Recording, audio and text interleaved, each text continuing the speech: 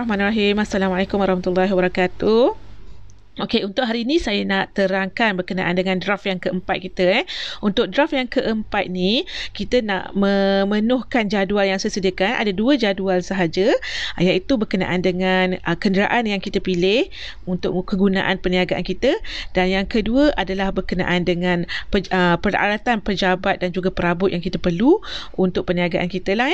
Okey, untuk yang pertama ni, saya nak kita tengok berkenaan dengan kenderaan lah. Seperti mana dalam soalan, awak kena pilih kenderaan yang bersesuaian kepada perniagaan kita.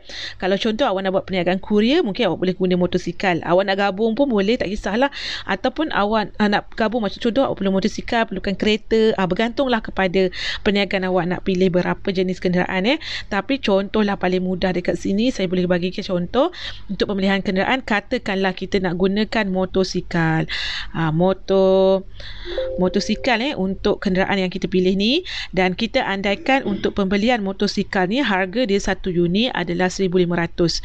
Ini harga ni awak boleh check lah dekat website yang manakah harga yang bersesuaian, harga yang murah berpatutan untuk kita beli. Kemudian untuk harga jumlah harga keseluruhan ni, maksudnya kos ni 1,500, awak kena darablah dengan unit. Maksudnya berapa unit motosikal yang awak perlukan untuk perniagaan awak. Contoh saya bagi dekat sini, kalau kata 5 unit, so saya kena beli 5 unit lah. Jadinya untuk jumlah harga ni, saya nak tahu berapakah harga untuk keseluruhan harga bayaran bagi 5 unit ni. So kalau kata harga 5 unit untuk 1,500 ni adalah 7,500. So ini adalah harga keseluruhan bagi motosikal yang kita beli itulah.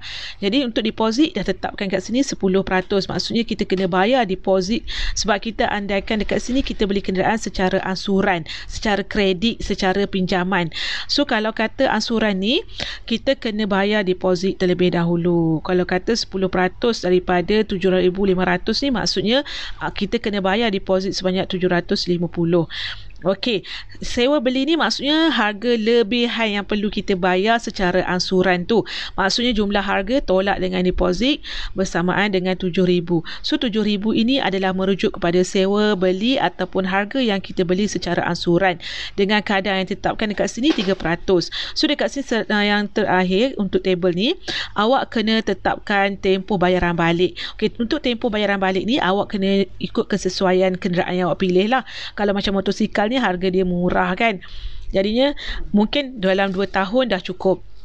Tapi kalau awak beli dalam bentuk kenderaan seperti seperti van ke, lori ke, mungkin harga dia berpuluh-puluh ribu tu, memerlukan tempoh bayaran balik yang panjang. So ikutlah kesesuaian dan tempoh bayaran balik yang awak mampu untuk perniagaan awak. Okey, ini adalah table yang awak perlu lengkapkan. Yang kedua, ansuran ni. Maksudnya ansuran ni awak kena buat jalan kira lah. Awak nak kira berapakah ansuran sewa beli bulanan yang kita kena bayar dalam tempoh masa yang awak tetapkan tu, dan juga berapa kadar faedah yang kena bayar. Maksudnya awak kena kira lah sikit dekat sini.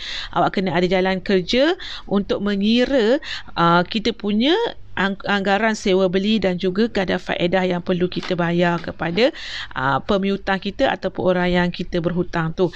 Kemudian bila awak dah dapat nilai pengiraan dekat ansuran tu, awak kena penuhkan table ni untuk tempoh 1 tahun. Berapakah ansuran sewa beli kita untuk setiap bulan, kita kena bayar berapa, kadar faedah sewa beli pun juga kita kena letak ni berapa setiap bulan. Okay, itu yang pertama. Sampai habislah sebab dia tempoh 1 tahun. Yang kedua, kita kena letakkan pula berkenaan dengan perabot dan alatan pejabat. So dekat sini awak kena tentukan dulu apakah jenis peralatan pejabat dan juga perabot yang kita nak guna dalam perniagaan kita. Mengikut kepada kesesuaian perniagaan lah. Okey, ini merujuk kepada aset bukan semasa kita. Antara contohlah yang kita nak beli, kalau katalah kita nak beli meja pejabat kan, meja pejabat.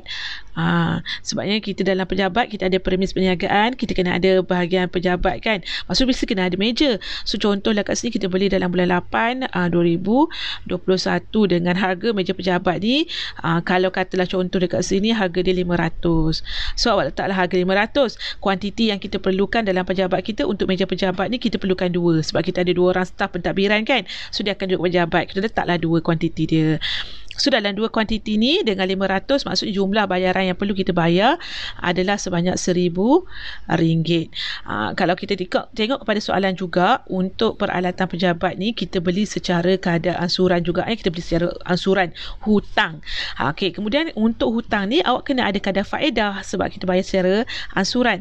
Kadar faedah ni awak kena tetapkan sendiri bergantung kepada jenis peralatan yang awak nak guna, perabot yang awak nak guna. Contohlah kalau yang ni semandangkan perabot ni dengan harga yang kecil je kan, jadi kita boleh letaklah 1% saja dia punya kadar faedah yang perlu kita bayar dalam tempoh.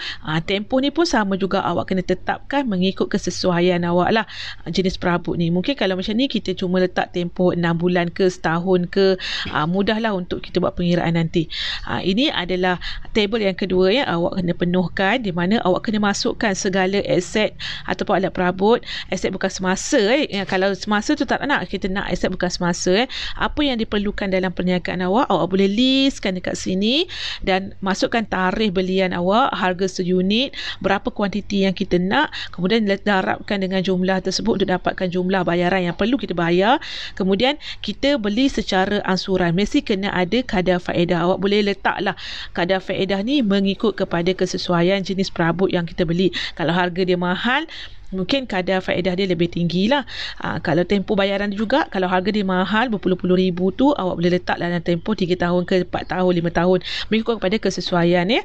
Okey, itu sahaja yang saya nak awak buat untuk tugasan kali ini bagi draft yang keempat. Okey, sebarang masalah ataupun persoalan boleh tanya saya direct ya. Okey, thank you.